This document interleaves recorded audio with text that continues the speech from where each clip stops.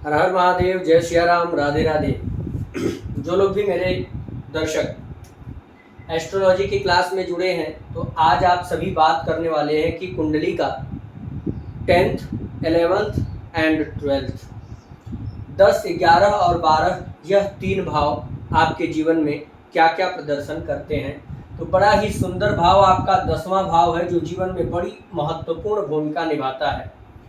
तो आप सबसे पहले 10वें घर से राज्य देखेंगे, यानी किसी भी जातक की कुंडली में उसका जो राज्य और साम्राज्य है, यश प्रसिद्धि है, वह किस तरह की होगी। उस जातक के जीवन में अच्छा करने के बाद अच्छा होगा या अच्छा करने के बाद भी लोग उसे बुरा साबित कर देंगे, यह 10वां घर बताएगा। यश, प्रसिद्धि, कर्म, व्यवसाय और सरकार और सरकारी नौकरी, इन चीज़ों का विचार 10वें घर से होगा। जैसे कोई आपके पास पत्रिका आती है, आपसे प्रश्न होता है क्या मुझे सरकारी नौकरी मिलेगी, तो आप 10वें घर को देखेंगे, उसके स्वामी को देखेंगे, उस पर दृष्टि देखेंगे, उसका कारक देखेंगे, यानी तमाम फार्मूला लगा करके आप ये चीज़ देखेंगे। लेकिन हमारा केंद्र क्या होगा, 10वां घर जरूर रहेगा। किसी व्यवसाय को सरकारी लाभ आपको मिलेगा या नहीं मिलेगा, इसमें भी 10वां भाव अहम भूमिका निभाएगा। प्रभुत्व तो आपका कितना दबदबा है, ये 10वां घर। विद्या जनित यश, यानी आप अध्यापक हैं या आपको कोई ज्ञान है, तो उस ज्ञान के बदौलत आप संसार में कितना यश कीर्ति कमा पाएंगे, 10वां घर बताएगा। पद प्रतिष्ठा पुरस्कार, आप किसी भी फील्ड में अच्छा प्रमोशन कर जाते हैं या फिर आप अच्छा परफॉर्मेंस करके उसमें कोई पुरस्कार यदि प्राप्त कर लेते हैं, तो ये 10वें घर में आ जाएगा। सरकारी सम्मान भी, घुटना का विचार होगा शरीर में, राजनीति का विचार 10वें घर से। गुरु, सूर्य, बुध, शनि व बृहस्पति 5 ग्रह इसके कारक हैं। बड़े वाहन का विचार, यानी ट्रक इत्यादि, जो मालगाड़ी इत्यादि आप वाहन लेते हैं, इन सभी वाहनों का विचार, या महंगी गाड़ी भी लेते हैं तो 10वें घर में। चिकित्सक और आदरणीय लोग, जो आपके श्रेष्ठ लोग हैं, इनका भी विचार 10वें घर से होगा। एकादश भाव बहुत इंपॉर्टेंट भाव है आपके कुंडली का।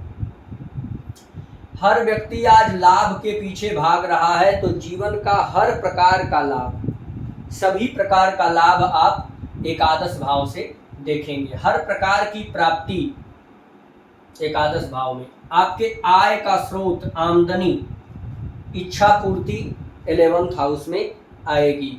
दूसरों पर निर्भरता, यानी आप किसी और पर डिपेंड रहेंगे या नहीं रहेंगे, यह एकादश भाव।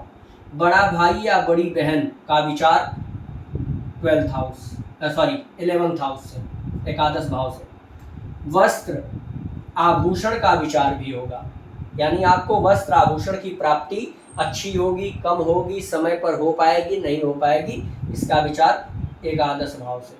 उपहार आपको देना है जीवन में, या आपको भी उपहार प्राप्त होगा, आपको भी लोग गिफ्ट करेंगे या केवल आप ही करते रहेंगे, इसका भी विचार एकादश भाव से। मनोकामना सिद्धि, वाहन का सुख, मित्र और बायां कान, पुत्र वधू, दामाद, लंबी यात्रा, मित्र, सहयोगी, जीवन में किसी व्यक्ति या वस्तु का आगमन, और इस घर का कारक, इस भाव का कारक बृहस्पति ग्रह होगा। एक चीज ध्यान दीजिएगा, आय में आपके धन से भी रिलेटेड चीजें आती हैं, यानी आप किसी भी फील्ड में वर्क कर रहे हैं तो वहां से आपको कितना धन प्राप्त होगा, यह एकादश भाव से भी देखते हैं, और आपके धन को हम द्वितीय भाव से देखते हैं, और दोनों ही भाव का कारक बृहस्पति ग्रह है। यह एक अच्छी चीज आपको हमने बताई है। द्वादश भाव, यह आपके हानि का भाव है, खर्च का भाव है, जेल का भाव है, और मोक्ष का भी यह भाव है।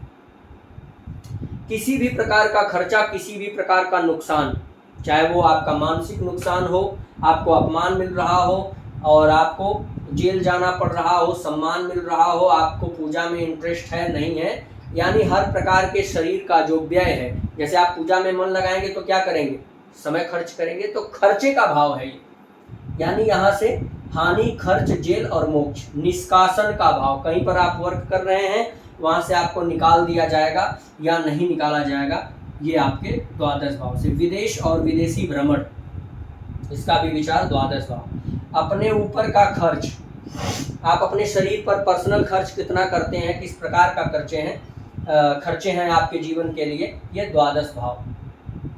अंगहीनता, आपने देखा होगा किसी किसी को कुछ अंग शरीर में कम रहते हैं, है ना, तो इन चीज़ों का भी विचार आप द्वादश भाव से करते हैं। जैसे किसी के पास आँख न हो, किसी के पास एक आँख हो, किसी का एक कान गड़बड़ हो, है ना, कोई भी अंग अगर खराब मिलता है तो ये द्वादश भाव में आएगा। बायां नेत्र आ जाता है।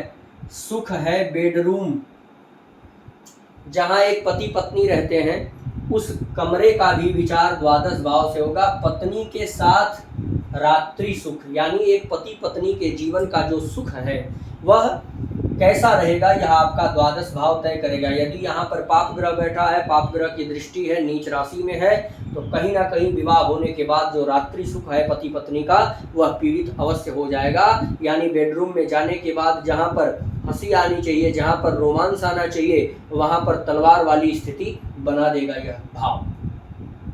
ठीक है। इसका कारक ग्रह शनि है।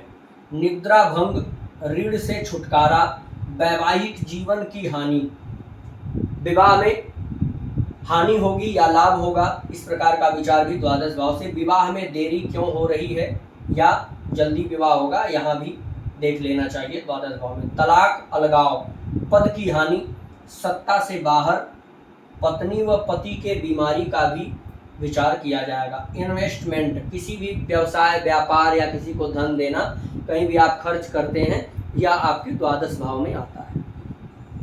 हमने आपको प्रथम भाव से लेकर के द्वादश भाव तक की जानकारी संपूर्ण रूप से दे दी है।